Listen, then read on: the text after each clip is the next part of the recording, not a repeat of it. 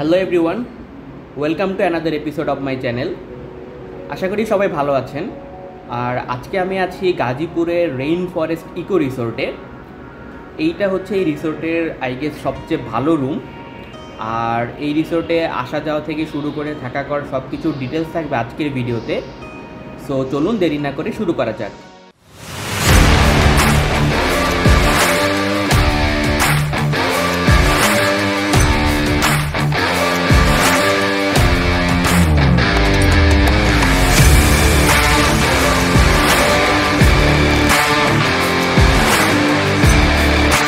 Rain forest eco resort গাজীপুরের শ্রীপুরের মাওনা বর্মী রোডে অবস্থিত। শ্রীপুরের মাওনা বর্মী রোডের সাতখামার বাজার কিংবা সাতখামার রেলগেট থেকে অল্প কিছু দূরত্বে অবস্থিত এই রেইন ফরেস্ট রিসোর্ট। ঢাকা থেকে মোটামুটি সহজেই চলে যাওয়া যায় এই রেইন ফরেস্ট ইকো রিসোর্টে। ঢাকা ময়মনসিংহ হাইওয়ে ধরে গেলে প্রায় 2 ঘন্টার মতো সময় লাগে। পাবলিক ট্রান্সপোর্টে গেলে ঢাকা থেকে ময়মনসিংহের যে কোনো বাসে করে চলে যেতে হবে মাওনা। মাওনা ইউনিয়ন পার হয়ে বাস থেকে নেমে যেতে হবে মাওনা বর্মী রোডের মাথায়। সেখান থেকে রিক্সা কিংবা অটো করে চলে যেতে হবে সাতখামার বাজারে। সাতখামার বাজার থেকে আরেকটি অটো করে 5 মিনিট ভেতরে গেলেই খুঁজে পাওয়া যাবে rain forest eco resort. Dhaka থেকে যেতে এক্ষেত্রে ভাড়া পড়তে পারে বাস ভাড়া 100 টাকা আর অটো ভাড়া 40 থেকে 50 টাকা। সব মিলিয়ে পাবলিক ট্রান্সপোর্টে 150 টাকার মধ্যে পৌঁছে যাওয়া যাবে রেইন ফরেস্ট ইকো রিসোর্টে। আর গাড়ি কিংবা প্রাইভেট ট্রান্সপোর্ট নিয়ে গেলে গাজীপুর চৌরাস্তা পার হয়ে ঢাকা ময়মনসিংহ ধরে এই একই রুটে গুগল ম্যাপ দেখে পৌঁছে যেতে পারবেন রিসোর্টে। প্রায় 50 কিলোমিটার দূরত্ব হলেও ঢাকা ময়মনসিংহ হাইওয়ে ধরে খুব তাড়াতাড়ি চলে যাওয়া যায় এখানে। গাজীপুরের চৌরাস্তার পর থেকে ঢাকা ময়মনসিংহ হাইওয়ে ধরে যেতে বেশ ভালোই লাগবে। রাস্তার দুই পাশে অনেক ফুলের গাছ দেখতে দেখতে সহজেই চলে যেতে পারবেন এই 4 লেনের রোড ধরে।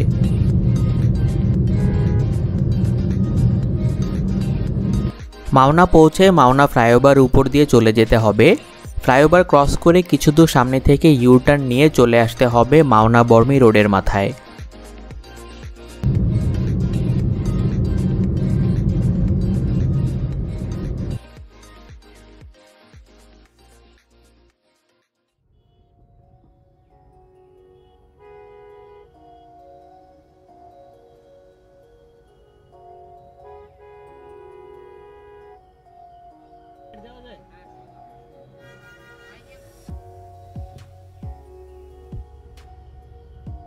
সেখান থেকে সোজা রোড ভেতরে চলে গিয়েছে সাতখামার বাজারে। মেইন রোড থেকে সাতখামার বাজার যাওয়া রোডটিও বেশ সুন্দর। রাস্তার দুপাশে ধানক্ষেত আর সবুজ গাছপালা মিলিয়ে গ্রাম বাংলার খুব সুন্দর একটা ভাইব পাওয়া যাচ্ছিল।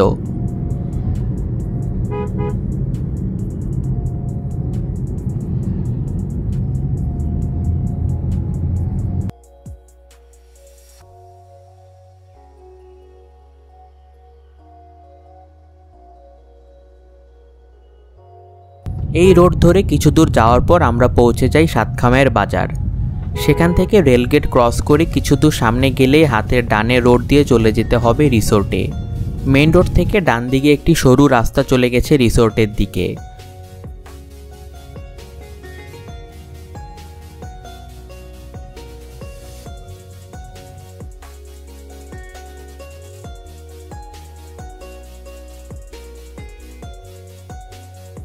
সরু মাটির রাস্তার এই দুই পাশে অনেক গাছপালা মিলিয়ে রেইন ফরেস্টের মতোই একটা ভাইব ছিল। এই রাস্তা ধরে একটু সামনে যেতেই আমরা পৌঁছে যাই রিসোর্টের গেটে।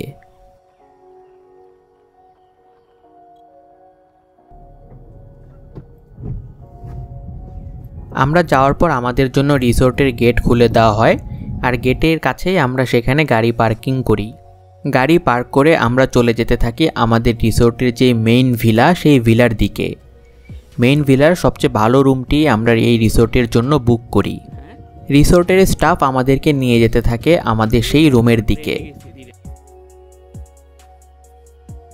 ভিলার ফার্স্ট ইমপ্রেশন দেখে ভালোই লাগে, তবে রিসোর্টের ফার্স্ট ইমপ্রেশন সেটা হচ্ছে রিসোর্টটি এখনও পুরোপুরি কমপ্লিট হয়নি। অনেক জায়গায় কনস্ট্রাকশনের কাজ চলছিল, তবে খুব তাড়াতাড়ি সব কাজ শেষ হয়ে যাবে বলে আমাদেরকে জানানো হয়। ভিলাতে ঢুকতে প্রথমেই সামনে পড়বে ডাইনিং হল। ডাইনিং হলের দুই পাশেই ছিল রিসোর্টের 2টি সবচেয়ে সুন্দর রুম। এর মধ্যে ডান পাশের প্রথম রুমটি আমরা বুক করেছিলাম আর রুমে ঢুকে প্রথম ইমপ্রেশন খুবই ভালো ছিল। অনেক বড় স্পেশিয়াস একটা রুম ছিল, আর রুমে ছিল বড় একটা টিভি, টেবিল টপ, বড় একটা আলমারি যেটার নিচের কম্পার্টমেন্টে ফ্রিজ ছিল, আর 2টা সোফা চেয়ার সহ সব মিলিয়ে রুমটাতে একটা 5 স্টার হোটেলের মতোই ভাইব ছিল। রুমের একপাশে পুরোটা গ্লাস ছিল, সেখান থেকে রিসোর্টের বাইরে পুরোটাই দেখা যাচ্ছিল। অ্যান্ড রুমের এই পার্টটাই আমাদের সবচেয়ে বেশি ভালো লাগে। আর রুমের থেকেও বেশি ইমপ্রেসিভ ছিল রুমের ওয়াশরুমটা। ওয়াশরুমে শাওয়ার জেল থেকে শুরু করে যত ধরনের অ্যামিনিটিস দরকার সব কিছুই দেওয়া ছিল। বেসিনের উপর মেইন মিরর সহ সাইড মিরর, আর পুরো ওয়াশরুমটাই আমাদের কাছে অনেক ইমপ্রেসিভ মনে হয়। সব কিছু মিলিয়ে রিসোর্টের এই রুম নিয়ে আমরা খুবই স্যাটিসফাইড ছিলাম। এরপর ফ্রেশ হয়ে আমরা রুমের বাইরে ডাইনিং হলে যাই লাঞ্চ করতে। লাঞ্চের আয়োজনটা আমাদের কাছে একটু আনএক্সপেক্টেড ছিল। ভাত, ডাল, সবজি আর চিকেন কারি দিয়ে আমাদের লাঞ্চের ব্যবস্থা করা হয়। আমি মনে করি অন্যান্য রিসোর্টের মতো 7-8টা আইটেম দিয়ে বুফে সিস্টেম করে দিলেই এটা রিসোর্টের সাথে মানানসই হতো। তারপরও অনেকটা ঘরোয়া পরিবেশে এখানে খেতে খুব একটা খারাপ লাগেনি। খাওয়া দাওয়া শেষ করে একটু রেস্ট নিয়ে আমরা বের হই রিসোর্টের চারপাশটা ঘুরে দেখতে। রেইন ফরেস্ট ইকো রিসোর্ট নামের সাথে মিল রেখে এখানে চারপাশে রেইন ফরেস্ট আর মোটামুটি ইকো ফ্রেন্ডলি কিছু স্ট্রাকচার নিয়ে করা হয়েছে এই রিসোর্টটি। মেইন ভিলা থেকে বের হয়ে একটু সামনে হাতের ডান দিকে হচ্ছে কন্টেইনার হাউস। কন্টেইনার হাউসের কনসেপ্টটা খুবই ভালো লাগে। চারপাশে সবুজ কালার করা, আর কন্টেইনার হাউসের উপরে খুব সুন্দর একটা ব্যালকনির মতো রুফটপ করা। আমার কাছে পুরো রিসোর্টের এই কন্টেইনার হাউসটাই সবচেয়ে বেশি ইউনিক আর ইমপ্রেসিভ একটা স্ট্রাকচার মনে হয়। কন্টেইনার হাউসের ওই পাশেই রয়েছে সোলার ইলেকট্রিসিটি জেনারেশন সিস্টেম। রিসোর্টের ম্যাক্সিমাম ইলেকট্রিসিটি নাকি এই সোলার সিস্টেম থেকে জেনারেট করা হয়। সো রিসোর্টের এই ব্যাপারটা আমাদের বেশ ভালো লাগে। আমরা কন্টেইনার হাউসের উপরে উঠি উপর থেকে রিসোর্টের চারপাশটা ভালো করে দেখার জন্য। আর উপরে সুন্দর চেয়ার টেবিল দিয়ে বসার সিস্টেম করা ছিল, আর উপর থেকে চারপাশের খুব সুন্দর একটা ভিউ আসছিল।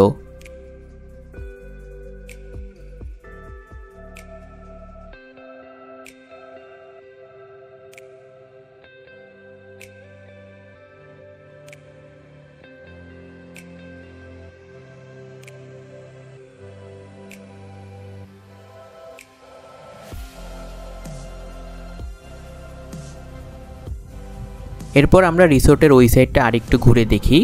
ওই সাইড দিয়ে পুরোটাই জঙ্গলের মতো ছিল, দেখতে আসলেই একটা রেইন ফরেস্টের মতো মনে হচ্ছিল। আর ওই সাইড থেকে অনেক পাখির ডাকাডাকিও শোনা যাচ্ছিল। আসলে একটা ফরেস্ট ভাইব আসছিল।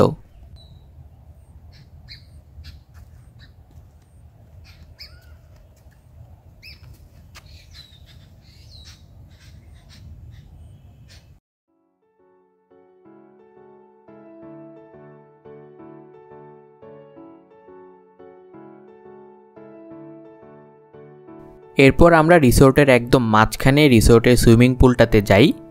সুইমিং পুলের স্ট্রাকচারটাও বেশ ভালো লাগে। সুইমিং পুলের পাশে তখন ওপেন বারবিকিউ করার জন্য কনস্ট্রাকশনের কাজ চলছিল। তবে এমনি সুইমিং পুলের যে ভিউটা পাওয়া যায় আর সুইমিং পুলের উপর থেকে রিসোর্টের চারপাশটা যে দেখা যায়, এই ব্যাপারটা আমাদের কাছে ভালোই লাগে। এরপর আমরা আবার রুমে যাই, কারণ আমাদের জন্য বিকেলের নাস্তা নিয়ে আসা হয়। ছোলা, পেঁয়াজু আর আলু চপ মিলিয়ে মোটামুটি ইউনিক একটা নাস্তাই করা হয় আমাদের এখানে।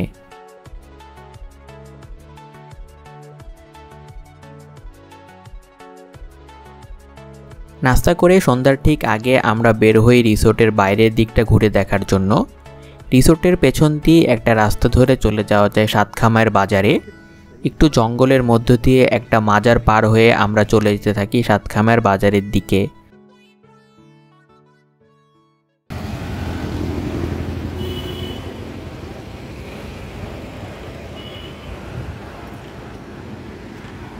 রাস্তাটা সুন্দর, এই যে বাজার।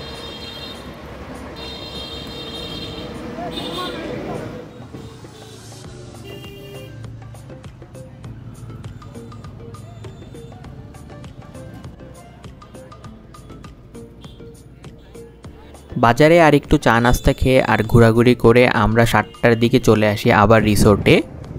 রিসোর্টে এসে বেশ অনেকক্ষণ রেস্ট নেওয়ার পর আমাদের জন্য ডিনার চলে আসে। ডিনার ছিল নান গ্রিল আর মাছের একটা আইটেম। আমরাই আমাদের জন্য ডিনারে নান গ্রিলের ব্যবস্থা করতে বলি। যেহেতু লাইভ বারবিকিউর জায়গাটা তখনও ঠিকমতো তৈরি হয়নি, তাই আমরা আমাদেরকে বাজার থেকে নান গ্রিল এনে দিতে বলি। এমনি চাইলে আগে থেকে বলে আপনি আপনার নিজের মতো করে ডিনার করে নিতে পারেন রাতের বেলা।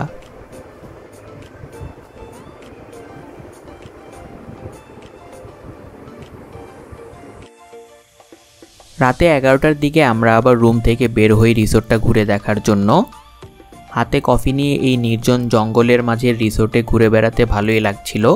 আবার একটু ভয়ও কাজ করছিল যে যদি কোনো ডাকাত দল এসে হামলা করে তাহলে কি হবে।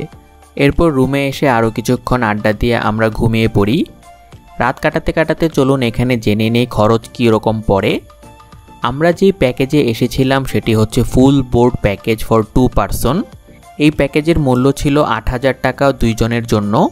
এই প্যাকেজে ছিল রুম সহ 3 বেলার খাওয়া দাওয়া, মানে টোটাল 24 আওয়ার্সের যে প্যাকেজ থাকে রিসোর্টের 2 জনের জন্য সেই প্যাকেজটি। এরপর সকালে আমরা 9টার দিকে ঘুম থেকে উঠি। ঘুম থেকে উঠেই রুমের পর্দাটি সরিয়ে রিসোর্টের সকালের ভিউটা দেখতে খুবই ভালো লাগে। আই গেস পুরো রিসোর্টের সব কনস্ট্রাকশনের কাজ শেষ হয়ে গেলে রিসোর্টের ভিউগুলো আরও সুন্দর লাগবে।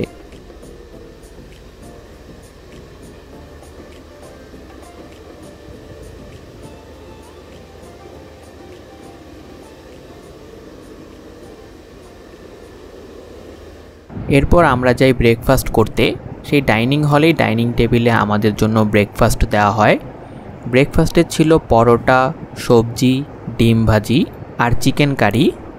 মোটামুটি 3 বেলায় আমরা ঘরে খাওয়ার মতো একটা ফিল পাই।